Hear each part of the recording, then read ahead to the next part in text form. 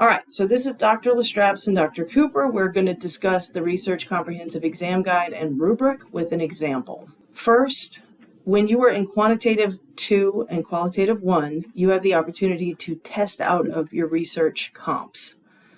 In order to do that, you need to pass with an 80%, which is 39 points in the rubric.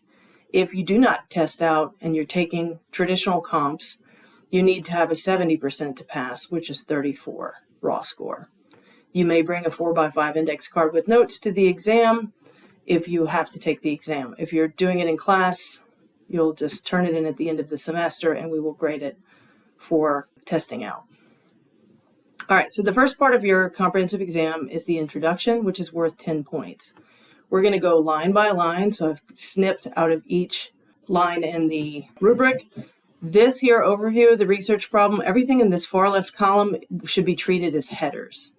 So you can see overview of the research problem, and we're just going to focus on the acceptable part. The exemplar paper will be all about teachers' self-efficacy and beliefs about evidence-based behavioral practices. So I'm looking, I see citations, I see why this is something that needs to be studied, and so we would get full points. Then we go straight into operationalization of theoretical constructs, which is quantitative. So I shouldn't see anything about focus groups or interviews in this section. You're also, for your comps, I want to state that what you do for comps is not going to be enough for your proposal defense, but this is the step before proposal. So everything should be written in future tense. I will do this, I will do that. And also, you will have one research question that is quantitative and one research question that's qualitative for comps, not for proposal defense. Okay, so in this person's research question, they talk about teacher efficacy in classroom management and attitudes toward evidence-based practices. All right, so how are they measuring teacher efficacy? They're going to use the teacher sense of self-efficacy scale. And then how are they measuring attitudes toward evidence-based practices? They're going to use the evidence-based practice questionnaire. That's it. How are you going to measure the constructs that you are asking in your research question? Purpose of the study, one sentence. The purpose of the study is to determine if there is a difference between teacher self-efficacy and beliefs about evidence-based behavioral practices in classroom by school level. One thing I could say is that school level is in the purpose. We'll go look at the research question and see if there's a match. If not, that could be also described in the theoretical constructs. But everything that's in your research question, this is the purpose, everything that's in research questions needs to be operationalized. So here are the research questions. So I have this research question and hypothesis together because they go together. The following research question guided this study. This is in past tense. It should be in future tense. Is there a difference between teachers' perceived self-efficacy and beliefs about evidence-based behavioral practices by school level? So it's in the research question, but it's not in the operationalization. So the null hypothesis is there is no difference in teachers' perceived self-efficacy, and the alternate hypothesis is there is a difference. One other thing is it says teachers' perceived self-efficacy. Let's go back. And this says teacher efficacy in classroom management, not perceived self-efficacy. It should match word for word. Same with the beliefs about evidence-based behavioral practices, and she has attitudes towards, so it should match. Should be a direct line. All right, I'm going to let Dr. Cooper talk about the qualitative. Okay, and so in the qualitative research question, the goal here is to make sure that this matches both your purpose of the study and also later on that it matches your data collection. And so here, where she says secondary teachers' experiences and understandings, it is pretty clear she's going to be doing some interviewing, and that's what I'm going to be expecting her to do here. All right, so we're going to move into methodology, which is 28 points total. So research design, right now, you are not at all beholden to do this for your actual dissertation, but for comprehensive exam, we advise everyone to do a mixed method study since you're having quant and qual. So this study will address teacher self-efficacy and classroom management, beliefs, explanatory, sequential, mixed method design will be used. You will have received this in your Quant 1 class. I will reiterate it in Quant 2. and you fill it in to match your study. And then in the second section, you then have to immediately go into the second phase. Most people do a sequential mixed methods where they do the quant first and the qual second. This may be different, but most of the time this is what you'll be doing. And the goal here, if you're doing sequential mixed method, is the qualitative phase is to help explain the quantitative results and give more detail here. So the other thing you need to do to make this acceptable is you need to make sure you're addressing a specific tradition. And in this case, it's clear to me that the qualitative part will be based on phenomenological inquiry.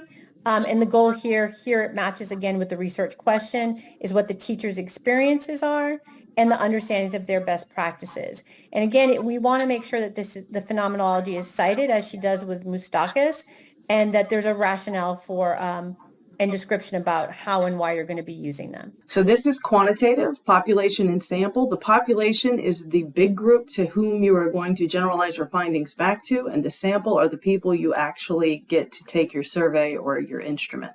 So the population of this study are all classroom teachers from a large public school district, blah, blah, blah. The sample will be those classroom teachers who volunteered to take the survey. And then as we move into the context of what you'll be doing in qualitative study, here the goal is to make sure you are describing for your qualitative readers where this is taking place, what's been going on. So here she talks about the large suburban school district in Southeast Texas. You want to make sure it's blinded, not specific to the district you may be using. Then what's kind of happening in that location that pertains to the study. And here she talks about how discipline rates have increased since COVID-19. And here she gives a little more detail about what's happening in that context in regard to her research question. When we talk about this being bounded, it means when you bound the context, it means you're not collecting data from outside that district, and that it's very clear to the reader where that the information is being captured from and why. And in positionality now, you need to situate yourself as the researcher in that location. So what have you been doing, or the researcher has been doing? And here she talks about her role as a long-term educator in this space. She also talks about how at the bottom that she's currently an administrator within the district. This is very important for qualitative researchers to read, because we're then are going to look at that and think about how that might affect the people you're actually interviewing. And as you can see, she responds to that future question by saying the participants will not come from the same campus that she's working on. So the goal here is to give the readers, to situate them in location, both and where you are in space and time within that location of the context just previous. And then the participants, here you need to describe how you're going to get your participants, your procedures for recruitment, which here she says she'll be gathering them from voluntary response from the survey itself that she sends out, how they're going to further sample. If you get 40 respondents, who do you want to get to have that conversation, and how many? And here she says she's going to get 12 participants, and she's going to get them from the way they answered the interview questions in the survey. Here, the knowledge of low, medium, and high. Then also, you also want to make sure this is richly described for me, the reader in this case, and also that it's appropriate and apt for the study. Instrumentation section has to do with quantitative instruments only. There should be nothing about your interviews or focus groups in this section. These are the two constructs that were identified in the operationalization of theoretical constructs section. She has teacher sense of self-efficacy. She reports the reliability and the validity. You can see point 9. She should report the reliability for each of the subscales and the overall reliability. She has an evidence-based practice questionnaire, and again, she also reports the Chromebox Alpha for this one. Data collection procedures quantitative. After obtaining approval from IRB in this public school district, she's going to send out through district email a link that was generated by the Qualtrics system. Once she sends it out, she's going to send up a following email on Monday after that, and then the following week to try to get as many responses as she can. The final question of the survey will ask if the participant's willing to participate in an interview. Those who opt to participate will be prompted to provide contact information from this group. She will purposefully select those for the interviews according to criteria described below. Okay, and so then in this section is where you're going to describe the qualitative data collection. And here you want to talk about the type of data, the timeline of collection, and rationales. Here she says specifically that she's going to use voluntary response from the quantitative survey. She's restating that she's going to get 12 participants. And then she also said what she's going to interview them for. And I really wanted to highlight that. I want to know in this section, what are you hoping to ask them?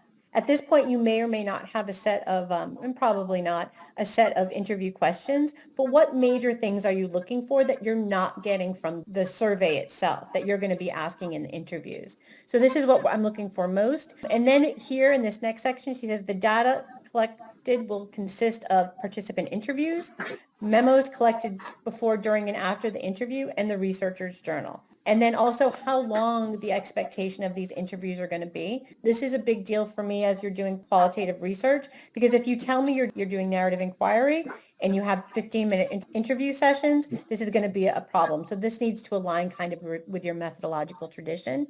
And if you look here, she leaves room for follow-up interviews, which will be scheduled as needed, which is a good thing to add, especially in qualitative if you need to go back in afterwards. I did not give her full points because I didn't think some of her rationales were fully explained. When she talks about follow-up interviews, I think she could have explored that more. I also think that timeline for collection wasn't as how long it was going to take. Why was it going to take that long? Could have been more fully explicated in this section. So the quantitative data analysis. For quantitative data, the researcher will download the data from Qualtrics into SPSS. She's going to use an independent samples t-test to determine differences in elementary and secondary teachers, self-efficacy, and classroom management. So here we have the school levels. That's the first time that's been addressed, and in classroom management and their beliefs about the evidence-based behavioral practices.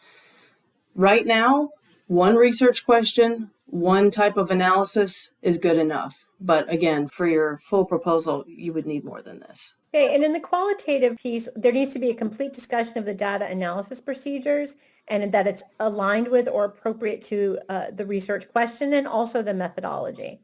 So here she talks about using a grounded theory approach, which I understand what she means here. Again, like Dr. Lestraps has been saying, this is not enough for proposal, but it is enough to show that she's growing in her ideas of how she could code this data. And she talks about determining convergent themes or agreed themes among participants.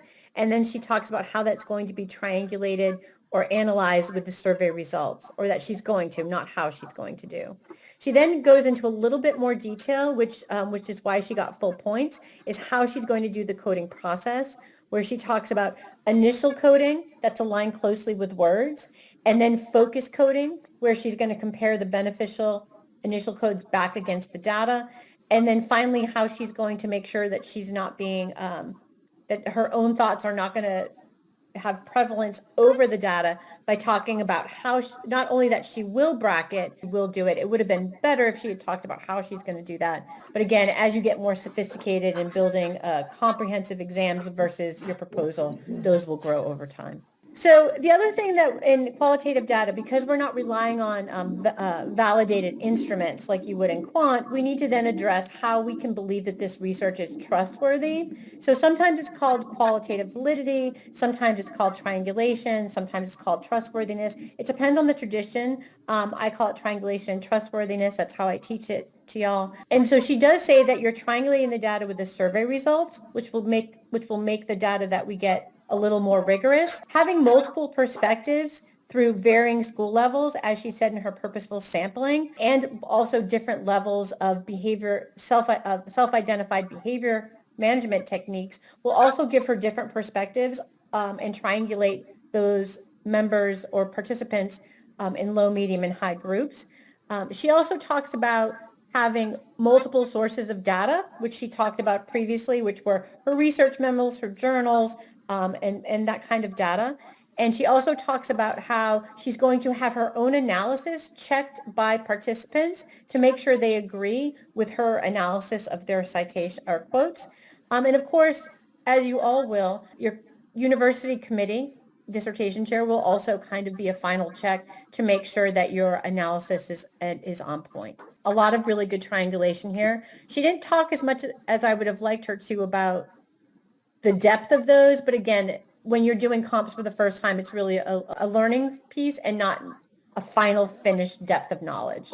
So privacy and ethical considerations, this is a little bit boilerplate because at this point, you're going to maintain the privacy of your participants by anonymizing or making confidential the participants in your study. So students will often forget or not know and use the actual school district name in their papers, and you don't do that. So you want to anonymize or shield the identity of your participants. You're going to gain IRB, which is Institution Review Board approval from the school district if you're using a school district, and also from UHCL. Provide the participants with informed consent. You're going to keep everybody confidential. You're going to make sure your data is secure. And after a certain amount of time, you will destroy the data. Limitations, right now, and students forget this when they've done their final defense, limitations are in Chapter 3, but later, once you've done your entire study, you move them to Chapter 5. But right now, limitations comes at the end of your comprehensive exam. It comes at the end of Chapter 3. And these, you haven't done the study yet, so you have to anticipate what would be potential limitations to your study. And then the overall exam, we don't have an example for this, but this is that your citations need to be in APA. You need to follow the dissertation guide for the formatting. You should have organized paper with your headings, and you obviously grammar, spelling, APA again, and your tone should not be anything but academic. So you want to have it presented in concise, scholarly, and academic language, free from verbosity and jargon. And bombastic And language. bombastic language. You should do this. People should do that. You want to stay away from that. And no exclamation points, please. Correct. So good luck. The point of allowing you to test out of comprehensive exams and classwork during Quant 2 and Qual 1 is to get you to use the classes as a resource. Many students think they will do it for real later, but really there's only now. Make everything that you do an effort or an attempt to build on what you will do for your dissertation. All right. Thank you.